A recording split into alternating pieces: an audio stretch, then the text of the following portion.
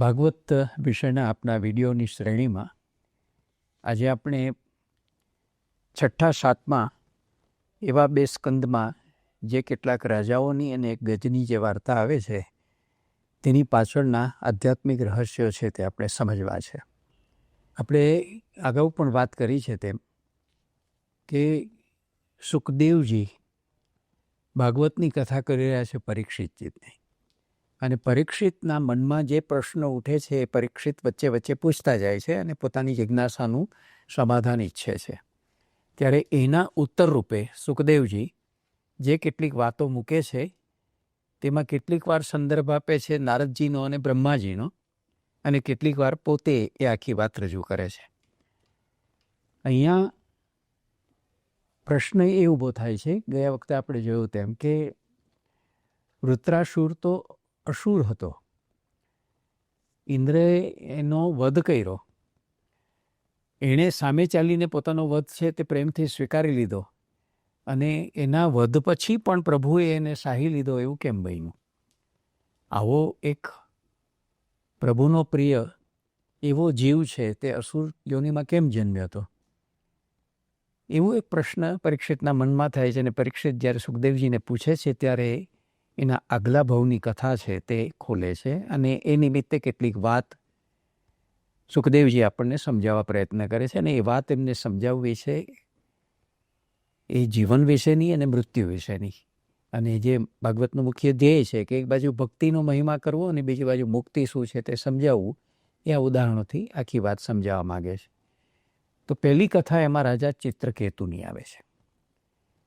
રાજા ચિત્રકેતુ જે છે તે પોતાના રાજ્યમાં ખૂબ સુખી છે, સરસ રાજવહીવટ ચાલે છે, અને ઘણી રાણીઓ છે, એમને બધી રીતે સુખ છે.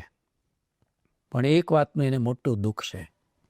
જ્યારે જ્યારે પોતાના સિંહાસન તરફ જુએ ત્યારે એનો એક નિશાસો નીકળી જાય છે, કારણ કે આટલી બધી પત્નીઓ હોવા છતાં કોઈની કુખેથી સંતાન પ્રાપ્ત થયું નથી. એટલે અંદરથી બહુ દુઃખી છે કે મારા ગયા પછી આ ગાદીનો વારસદાર કોણ? આ રાજ કોણ ચલાવશે? ભગવાન કેમ મને દેતો નથી? સંતાન સુખ મને કેમ મળતું નથી? આટલી બધી રાણીઓ છે, મારા આટલા પ્રયત્નો છે, અને સંતાન પ્રાપ્ત થતું નથી. મનમાં એક પ્રકારનો દંશ છે.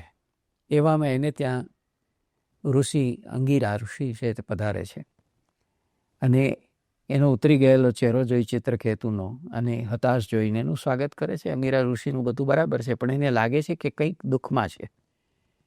ઋષિ પૂછે છે કે ભાઈ શું તને તકલીફ છે? કેમ તું આવ્યો ઉતરી ગયેલા ચહેરા સાથે? આતે એટલે પોતાની વ્યથા વર્ણવીને કહે છે કે મારી પાસે બીજી કોઈ ખોટ નથી, પણ જ્યારે સિંહાસન સામે જોઉં છું ત્યારે નિશાસો નીકળી જાય છે કે આટલી પત્નીઓ હોવા છતાં, આટલા અમારા પ્રયાસો હોવા છતાં સંતાન સુખ નથી. કાલ આ ગાદી નિર્વારસ થઈ જાય તો એનું શું કરવું? પ્રભુ કોક રીતે મને સંતાન મળે તેવું કરો. પોતાના તપોબળ વડે જાણે છે અંગિરા ઋષિ કે એને સંતાનનું સુખ એના ભાગ્યમાં નથી.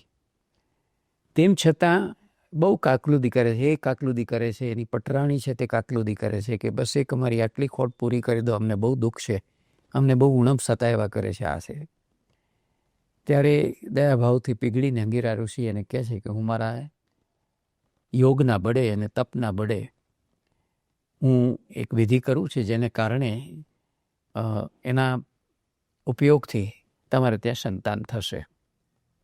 એટલે યજ્ઞ કરે છે, અને યજ્ઞમાંથી એક પુરુષ નીકળે છે હાથમાં ખીરનો વાટકો લઈને, અને એ ખીર જે છે તે એનું આખું પાત્ર રાજાના હાથમાં આપીને કહે છે કે તારે રાણીઓ ઘણી છે, જેના દ્વારા તારે સંતાન પ્રાપ્ત કરવું હોય અને તું આ ખીર ખવડાવ, એને પરિણામે એને ગર્ભ રહેશે અને તારું બાળક જન્મશે. પણ મારે તો એમ કે પુત્ર જોઈએ છે. તો કે આ પુત્ર જ જન્મશે,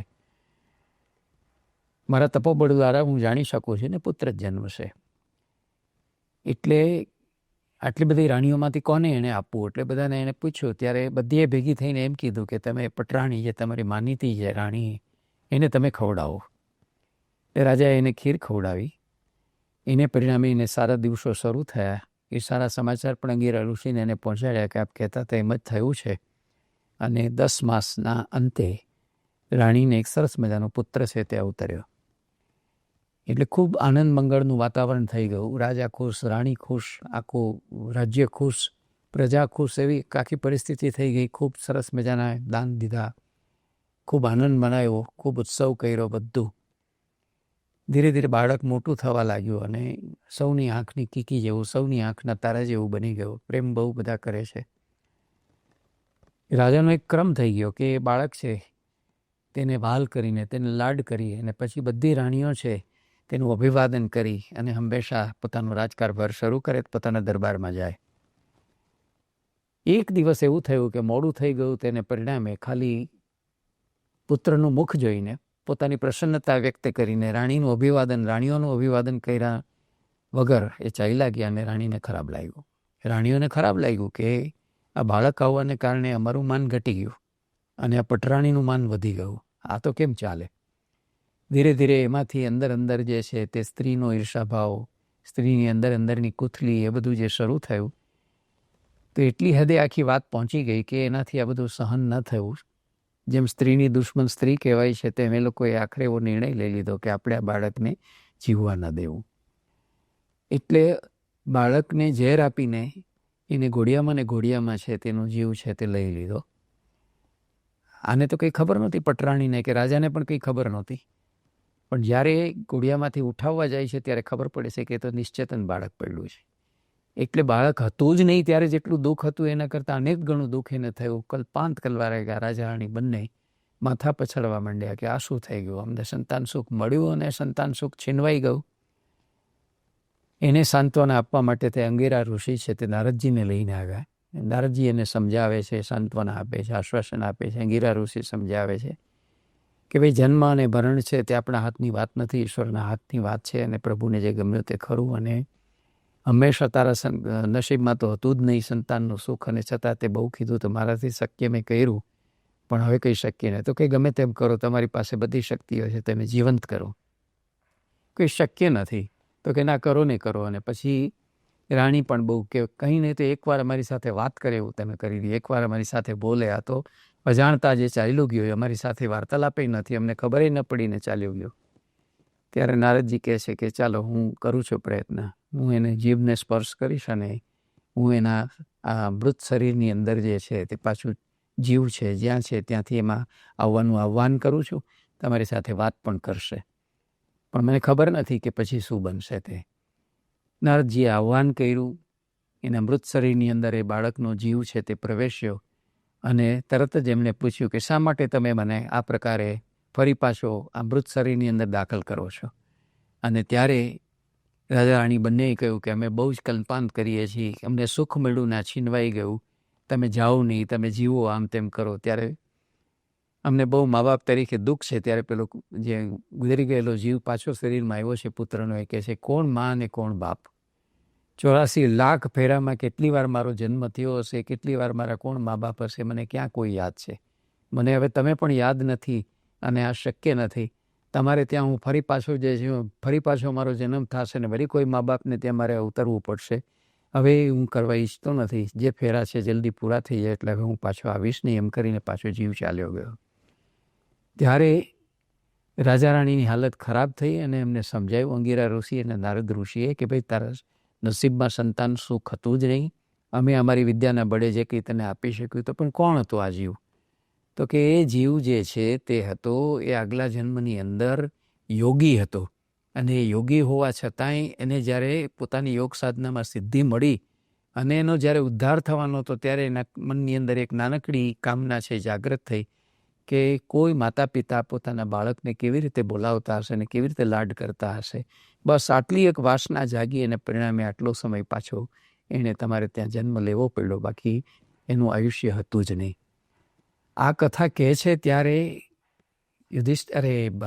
પરીક્ષિતજી પૂછે છે સુખદેવજીને કે આનો શું હેતુ છે કહેવાનો. ત્યારે કહે છે કે તે વૃત્રાસુરનું પૂછ્યું ને, તો એ વૃત્રાસુર છે તે હકીકતે આવો પ્રભુનો એનું પોતાનું ભાન જાગ્રત હતું ને એટલે એને પ્રભુએ પોતાને ત્યાં સાહી લીધો. પણ મૂળમાં વિષ્ણુના દ્વારપાળો જય અને વિજય એમણે એક દોષ કરેલો અને એને શાપ મળેલો સનકાદિ કુમારો દ્વારા. એક વખત 4 સનકાદિ કુમારો છે તે પ્રભુને મળવા માટે થઈને ગયા ત્યાં. ત્યારે આ દ્વારપાળોએ એને રોક્યા કે તમને જવા નહીં દઈએ કારણ કે તમે નિર્વસ્ત્ર છો. એ સનકાદી કુમારોને ક્યારેય મોટા નહીં થાય અને ક્યારેય એમને સંસારમાં પ્રવેશવું નહોતું, એટલે એ જ અવસ્થામાં વસ્ત્રો પહેરાવીને એ ઘૂમતા હતા અને પ્રભુના દર્શન કરવા આવ્યા હતા. એને રોક્યા એટલે એમને ગુસ્સે થઈને એમને શાપ આપ્યો કે તું અમને પ્રભુ મિલનની અંદર અવરોધ ઊભા કરે છે તો તારા 3 જન્મો થશે અને તું અસુર યોનિમાં પેદા થઈશ. તો એને કારણે જે અસુર યોનિમાં જન્મ થયો એ 3 અવતારો સુધી ચાલ્યો. તે જ થયા કોણ તો હિરણ્યાક્ષ થયા, હિરણ્યકશિપુ થયા, રાવણ અને કુંભકર્ણ થયા. અને એ જ રીતે 3 વખત એને અવતારો ધારણ કરવા પડ્યા. 3જા અવતારની અંદર એને શિશુપાલ અને દંતવક્ર થવા પડ્યા. એકમાં એનો વધ જે છે તે હરિનામના ભગવાને કરવો પડ્યો અને વામન અવતારની પેલો અવતાર લઈને એમને કરવો પડ્યો. બીજો અવતારમાં રામ દ્વારા એમણે નાશ કર્યો અસુરનો. કૃષ્ણ અવતારમાં એને શિશુપાલ અને દંતવક્રનો કર્યો. એટલે વરાહ અવતારથી જેમ એનો નાશ કર્યો હતો, હવે એના 3 અવતારો પૂરા થાય તો એનો ઉદ્ધાર થાય એવું છે. એટલે આ આખો ક્રમ હોય છે કે જેવા તમે કર્મો કર્યા હોય છે એનું ફળ તમારે ભોગવવું પડતું હોય છે. અને એ ફળ કેવી રીતે ભોગવવું પડે છે એની આ તમને 3 જન્મોની કથા કીધી કે એક નાનકડો અપરાધ પણ કેવું કર્મનું બંધન ઊભું કરે છે અને કેવું જન્મનું બંધન ઊભું કરે છે તને સમજાય.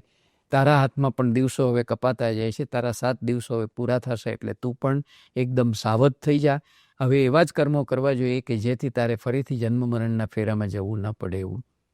એમ કરીને ચિત્રકેતુની વાતથી આખી 3 જન્મોની કથા ઉખેડીને એ કહે છે અને એનું મનનું સમાધાન કરે છે કે અસુરના પેટે જન્મેલો વૃત્રાસુર ઇન્દ્ર સાથેના યુદ્ધમાં લડ્યો. જાણતો હતો કે પોતાનું મૃત્યુ નિશ્ચિત છે, કારણ કે એમની પાસે વજ્ર છે, દધીચી ઋષિના હાડકામાંથી બનેલું.